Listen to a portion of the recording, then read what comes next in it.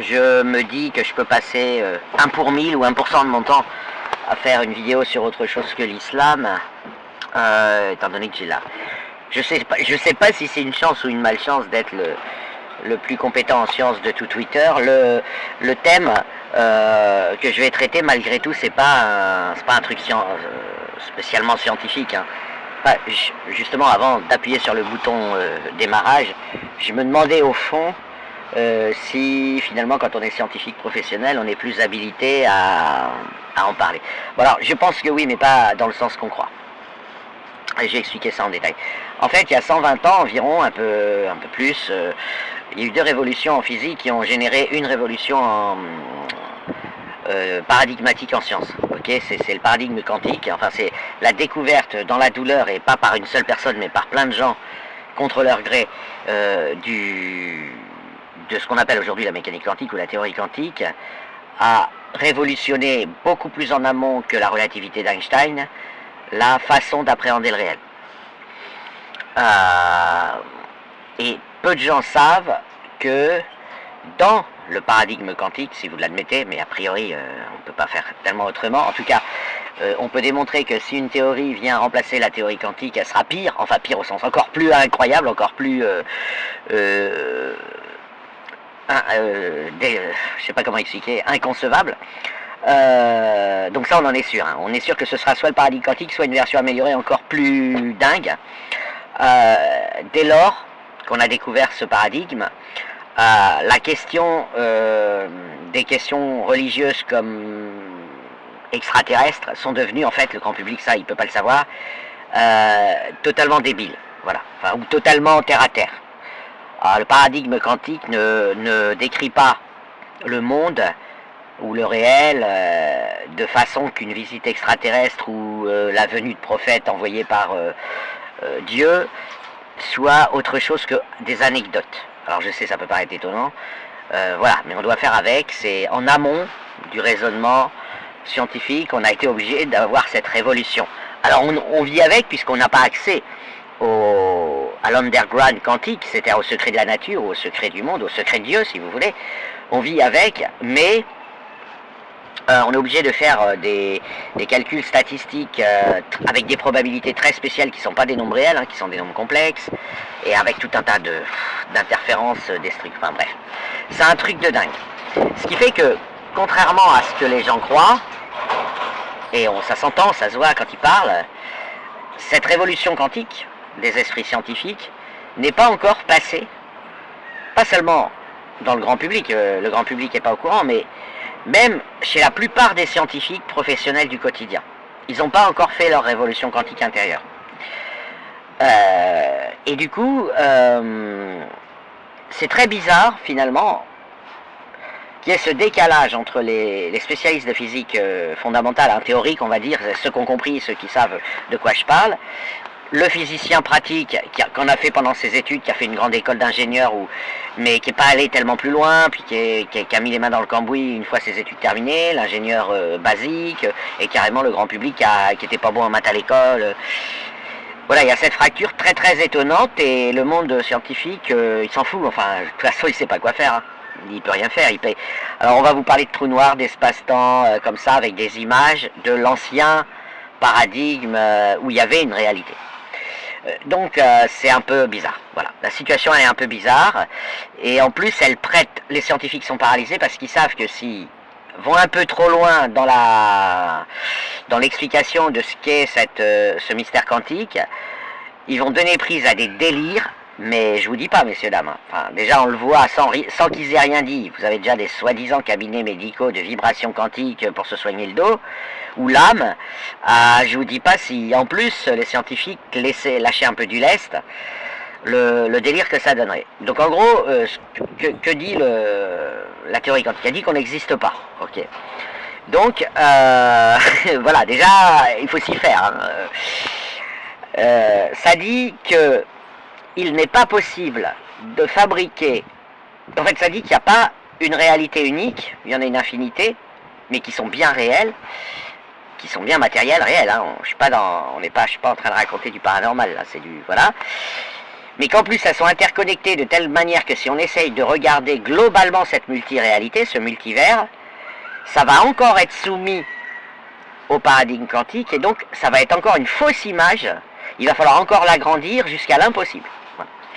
Et l'impossible n'existant pas, et comme l'impossible se réalise, on n'existe pas. Alors, ce qui existe, ce dont on est sûr qu'il existe, c'est qu'on ressent. Et qu'une personne donnée, ou une entité donnée qui ressent, va ressentir quelque chose. Pour faire simple, elle va ressentir sa vie. Ok, mais pas la vie des autres. Enfin, je veux dire, elle va pas savoir, elle n'est pas sûre et certaine, bien sûr qu'elle le pense, mais elle n'est pas sûre et certaine que son voisin n'est pas un robot. Elle n'est pas sûre et certaine. C'est comme dans Truman Show, ou comme imaginez, voilà. Donc, en fait, mais en plus de ça, à cause du théorème de non-clonage quantique, elle devrait croire, si elle ne fait pas attention, qu'elle est seule au monde, et que tous les autres sont des robots. Parce qu'en fait, les autres, c'est elle. Les autres sont elles, mais à un autre moment de l'espace-temps. Voilà, il n'y a pas plusieurs âmes. En gros, voilà, et surtout, ce qui est ressenti, vécu, on peut calculer avec, on peut détricoter, voilà. Donc vous n'avez, en fait, rien n'est réel. Alors, je vais faire une image, mais c'est qu'une image, hein, c'est une analogie. Imaginez un ordinateur, imaginez qu'on soit avancé en technologie, qu'on fabrique un ordinateur, et puis qu'on y mette qu'on sache fabriquer des âmes, donc on branche une âme dans une partie de l'ordinateur, et puis on se dit, cette âme quand même, vu qu'elle ressent, on va lui faire avoir une bonne vie, alors on lui passe une cassette de la vie de Rihanna, puis une cassette de la vie de Al Pacino, et ainsi de suite, et cette âme, pour elle, tout est réel, vous voyez, à aucun moment, elle n'a aucune possibilité de savoir qu'il y a des gens dans un laboratoire qui lui font croire qu'elle est Rihanna. Ok, et pareil pour eux, bon. C'est à peu près ça. Alors on a découvert que le réel, c'est à peu près ça, et qu'on peut calculer dessus, qu'en calculant comme ça marche, alors qu'en calculant autrement ça marche pas, etc., etc.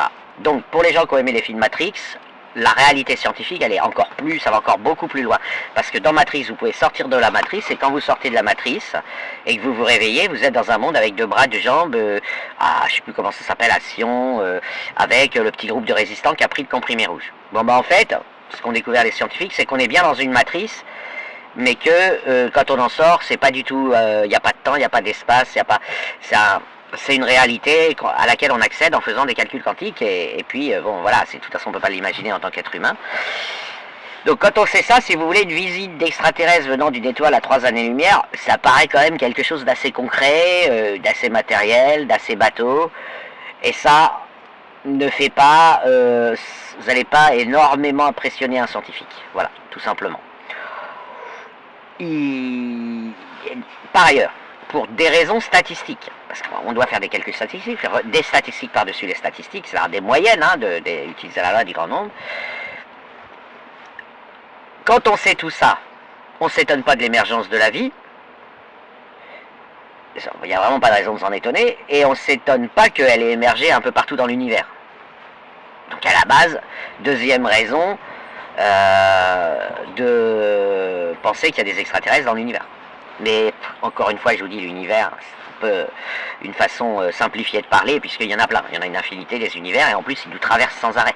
Ok, c'est-à-dire que vous êtes, par exemple, quand vous hésitez entre boire un chocolat et un café, en fait, ce qui va se passer, c'est que dans une partie des réalités, vous allez vraiment boire un chocolat, et dans une autre partie des réalités, vous allez vraiment boire un café. Et on peut même aujourd'hui faire des petits branchements pour que chacun, celui qui boit un café, le vous qui boit un café, parle un peu à l'autre qui boit du chocolat, mais bon, à cause de la décohérence, c'est très léger, vous voyez. Alors, comme on peut franchement hésiter entre visiter un monde parallèle et visiter une autre planète, encore une fois, je vous dis, des gens venant de loin dans l'espace-temps classique à propos duquel on discute quand on parle des trous noirs, des galaxies et tout, c'est intéressant, mais ça ne va pas vous faire décoller la science actuelle, et surtout, maintenant je vais donner le point de vue moyen, hein, qu'on pourrait dire chez les grands experts de la science, les prix Nobel, etc. Le problème, c'est que ça m'amène à revenir, à faire comme si je ne savais pas que j'étais dans la Matrix. Donc c'est une petite étape à franchir, mais la loi des grands nombres fait que de toute façon nos impressions de réalité sont tout à fait pertinentes, puisqu'il s'agit de moyenne. Si on revient maintenant, si j'oublie tout ça, ok, si j'oublie ce format mathématique pour faire de la physique, oui, il serait théoriquement possible que des extraterrestres viennent nous voir d'une autre planète, ou d'un autre planète ou étoile bizarre, enfin je sais pas. Mais bon, je vais vous décevoir. Quel est l'intérêt?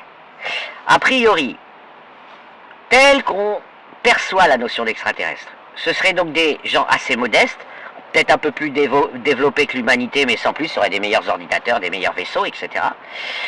Par contre, au niveau alimentaire, à supposer qu'ils mangent, ils s'empoisonneraient avec nos produits, ils ne pourraient pas respirer notre air, ils s'en battraient les couilles d'apprendre nos langues, ils auraient peut-être d'autres façons de communiquer qui se feraient ni par le son, ni par la parole. Je vous rappelle que si on a des langues, c'est parce qu'on a des oreilles, sinon on est obligé d'écrire des trucs, peut-être qu'ils s'y prennent autrement, par les odeurs et autres, par les ultrasons, par tout un tas voilà. Bon, venir nous rendre visite, franchement, ça pourrait être que pour de la curiosité de leur part, à supposer qu'ils puissent et qu'ils soient technologiquement avancés. Ça ne correspond pas énormément à... ils sont comme nous, mais un peu meilleurs technologiques, donc allez hop, Star Trek, on vient atterrir sur Terre. Ça, c'est vraiment très peu probable. Tout simplement parce qu'il n'y a pas d'intérêt, il y a très peu de probabilité que la vie ailleurs ressemble à la vie terrestre, avec son écosystème, son atmosphère, son azote, son oxygène, voilà. Ensuite, à supposer que ce soit vrai, parce que je veux dire, il y a des milliards de civilisations partout et plus évoluées que nous partout dans l'univers, mais elles n'ont pas tout à fait la même chimie, la même... voilà, donc elles ne vont pas visiter une planète qui pour elles n'a aucun intérêt. Puis on pourrait éventuellement même passer pour des primitifs. Mais est-ce que nous, par exemple, on irait prendre le risque d'aller sur une planète où il y a des animaux qui mangent pas de la même manière, où vous ne pouvez pas rien cueillir parce que ça vous empoisonnerait, etc. Vous voyez bien que, non, on irait la voir, mais de loin. Ok, bon bah là c'est pareil, à la réciproque. Maintenant, si on imagine des extraterrestres qui ont vraiment pile poil le même type de chimie, de biochimie que la Terre, donc déjà là par contre c'est beaucoup moins probable. Je veux dire, donc une planète qui sera à la même distance de son soleil, qui serait pas beaucoup plus chaud, pas beaucoup plus froid, enfin vous voyez toutes les correspondances, et qui du coup aurait un intérêt à aller voir des potes au loin pour le plaisir du tourisme. Moi je serais quand même méfiant parce que je me dirais que quand même dépenser toute cette énergie, parce qu'on parle d'énergie, il n'y a pas d'argent dans l'univers, mais dépenser toute cette énergie, ces efforts pour venir nous voir en prenant un paradigme qui serait comme le nôtre, et en plus une biochimie qui serait comme la nôtre, etc., ça risque d'être parce qu'ils veulent déménager de leur planète devenue invivable, je ne voudrais pas dire, mais... Ou alors il y aurait des éclaireurs qui viendraient jeter un œil si c'est vivable. Après l'avoir vérifié de loin, ils viendraient faire les derniers tests. Et après, l'armada débarquerait. Bon, je pense qu'on ne ferait pas le poids. On disparaîtrait très vite. Parce qu'ils auraient besoin de nos arbres, de nos forêts, de nos animaux, de nos volcans, de tout ce que vous voulez. Mais par contre, notre technologie, à mon avis, s'en battrait les couilles. Mais voilà. Bon, remarquez, on rend la planète tellement invivable que au bout d'un moment, ça va plus intéresser personne, peut-être. C'est aussi une possibilité, ça. Voilà. Mais bon, des visites extraterrestres au sens classique où on l'entend, c'est peu probable. Voilà. Alors, que des créatures, des entités, en promenade à travers l'espace, fassent une escale sur la planète Terre, voire s'écrasent sur Terre, genre le mythe de la zone 51.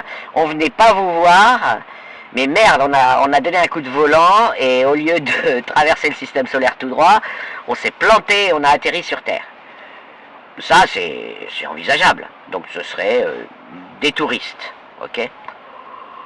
Mais c'est pareil, dans ce cas-là, pourquoi voudriez-vous que ces touristes aient des formes humanoïdes? Il n'y a aucune raison. Je veux dire, vous n'avez aucune raison qu'une araignée ne fasse pas 50 mètres de long, voire un dixième de millimètre de long. Je veux dire, pourquoi vous croyez qu'ils vont être à peu près de notre taille, comme on voit plus ou moins dans les récits? Il n'y a aucune raison. Voilà. C'est-à-dire que si on a des visites extraterrestres, on risque de même pas s'en rendre compte. Bon, aujourd'hui, peut-être, vous voyez une visite avec un accident. Donc une soucoupe volante s'écrase, un ovni s'écrase. Donc un objet extraterrestre technologique s'écrase sur la planète.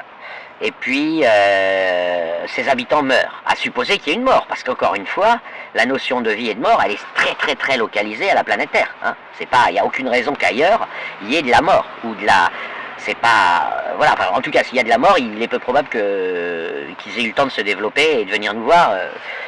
Pour venir nous voir, voilà, il en faut dans la culotte. Enfin, je veux dire, il en faut dans la culotte technologique, et à mon avis, la mort, elle est dépassée dans ces cas-là. Et donc, du même coup,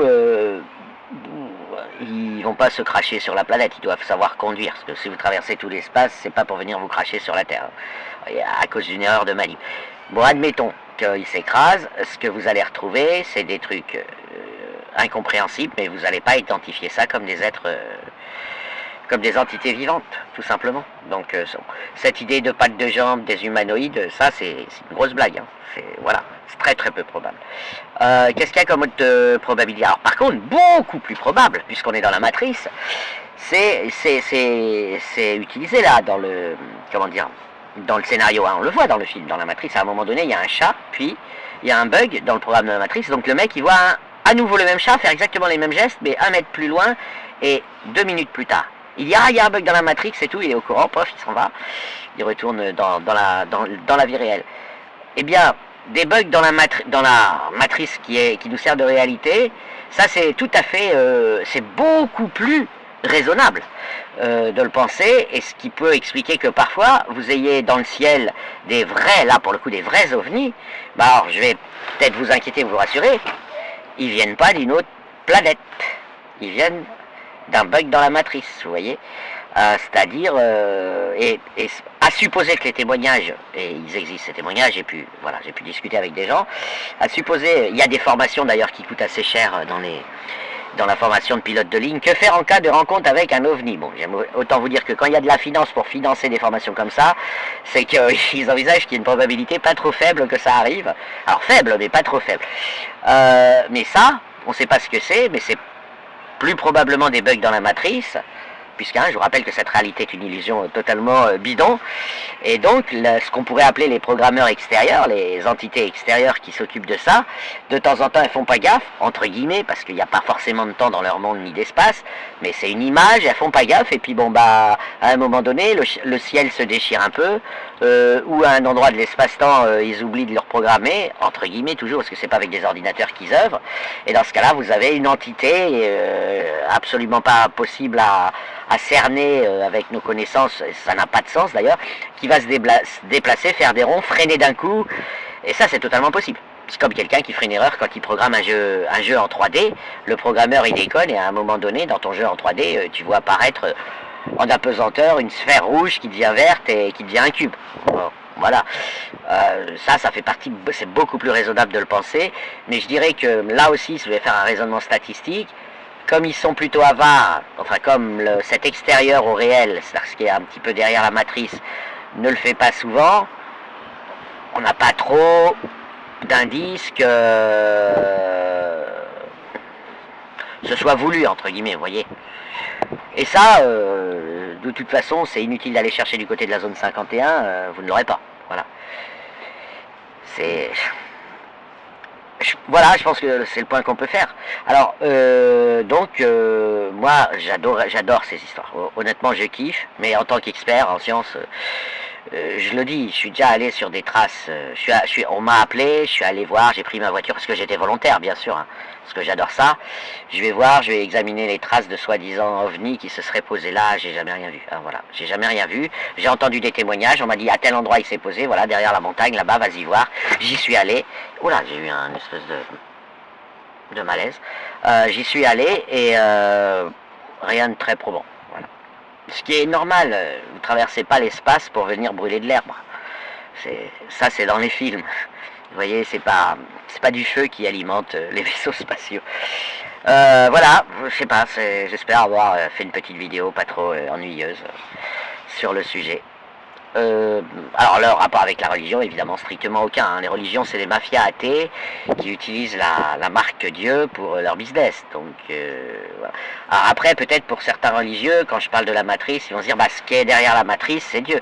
Si vous voulez, c'est le nom que vous pouvez lui donner, mais enfin bon, voilà. Et puis en fait c'est un autre monde beaucoup très très supérieur au nôtre qui nous programme, mais cet autre monde, d'abord, ça ne veut pas dire grand-chose de dire que c'est Dieu, parce que la notion d'unicité de ces entités habitant cet autre monde n'est pas claire.